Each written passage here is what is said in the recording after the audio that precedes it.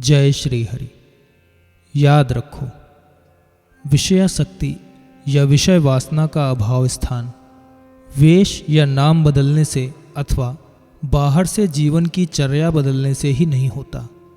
इसके लिए विषयों में मन की अनासक्ति और वासना शून्यता आवश्यक है। जो मनुष्य केवल बाहर से त्याग का स्वांग बनाकर अंदर ही अंदर विषय वासना का पोषण करता है, वह संसार को तो धोखा देता ही है, स्वयं भी बड़ा धोखा खाता है। याद रखो, त्याग की आड़ में जो भोग वासना रहती है वह बड़ी भयानक होती है। प्रत्यक्ष भोगी मनुष्य को सभी लोग भोगी जानते हैं। वह स्वयं भी अपने को भोगी समझकर त्यागी होने का अभिमान नहीं करता। पर जो अपने को त्यागी मानता है और दुनिया को भी कहता है कि सब उसे त्यागी समझें, तथा जिसके भीतर विषयासक्ति और विषय वासना बनी रहती है, वह त्यागाभिमानी मनुष्य बहुत गहरे पतन के गहरे गड्ढे में गिरता है। उसकी विषय वासना विभिन्न विपरीत मार्गों से निकल कर अपनी पूर्ति के लिए प्रयास करती है और फलस्वरूप वह त्याग, वैराग्य, योग, भक्ति, प्रेम, ज्ञान और विज्ञान का स्वरूप विकृत करके, उनको कलंकित करके बुरे से बुरा आदर्श समाज के सामने रखता है।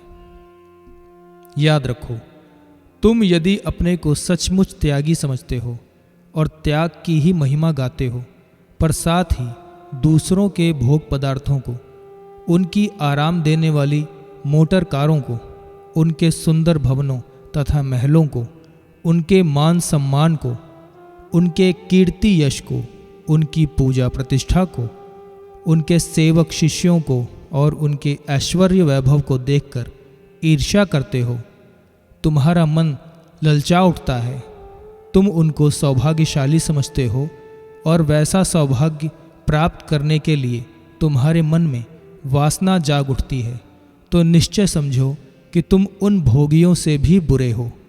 जो बेचारा सहज भोग लिप्सा में लगे रहकर प्रत्यक्ष भोगों का सेवन भजन करते रहते हैं, उनको भोगों के सीधे मार्ग पर चलना है, परंतु तुम्हें तो अपने त्याग का वेश, त्याग का रूप बनाए रखते हुए भोगों को प्राप्त करने और भोगों का कुटिल प्रयास करना पड़ता है। इसके लिए तुम्हें दंभ, छल, कपट का आश्रय लेना पड़ता है। शास्त्र के शब्दों को तोड़ मरोड़ कर अपने अनुकूल अर्थ करके उनका दुरुपयोग करना पड़ता है। अपनी वासना के समर्थन में परोपकार सेवा, भगवत सेवा, धर्म प्रचार, भक्ति ज्ञान प्रसार और पवित्र लोक सेवा तथा विश्व कल्याण का नाम लेकर, उनके झंडे बनाकर, उनके नारे लगाकर, विविध संस्थाओं का निर्माण कर अपने आप को मोह के प्रबल पाशों में बंधा देना पड़ता है। तुम कहते हो हम सदाचार का, सद्भक्ति का, सद्भाव का, ज्ञान भक्ति का, गीता रामायण का और समाज तथा विश्व की मंगल पद्धति का प्रचार करते हैं, पर तुम करते हो अपना प्रचार, अपने मिथ्या नाम रूप की प्रतिष्ठा तथा महिमा का प्रचार, भगवान के पवित्र आसन पर अपने जड़ शरीर और मिथ्या नाम को प्रतिष्ठित कर भगवान के असत्कार का प्रसार एवं मिथ्या नाम रूप की महिमा का इतिहास लिख लिखा कर ज्ञान के नाम पर प्रत्यक्ष अज्ञान का विस्तार। याद रखो, इससे तुम अपना घोर पतन करते हो। तुम भगवान को धोखा नहीं दे सकोगे, स्वयं ही मानव शरीर के परम फल से वंचित रह जाओगे और त्याग के नाम पर भोग का प्रचार करके जाकर भगवान के स्थान पर अपनी प्रतिष्ठा पूजा का आयोजन करके अंत में बड़ा पश्चाताप करोगे, पर कोई उपाय नहीं रह जाएगा।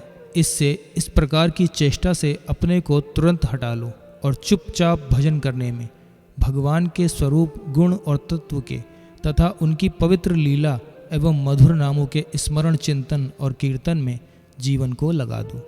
याद रखो, तुम यदि भगवान के सच्चे भक्त हो, परमात्मा के स्वरूप को जानकर परमात्म स्वरूप को उपलब्ध कर लोगे, तो तुम्हारे द्वारा संसार का परम कल्याण, तुम्हारे मन में कल्याण, कामना का अभिमान न रहने पर भी, तुम्हारे प्रयास न करने पर भी अपने आप होगा। तुम संसार के परम कल्याण के सहज कारण हो जाओगे। तुम तरन तारण बन जाओगे। जय श्री हरि।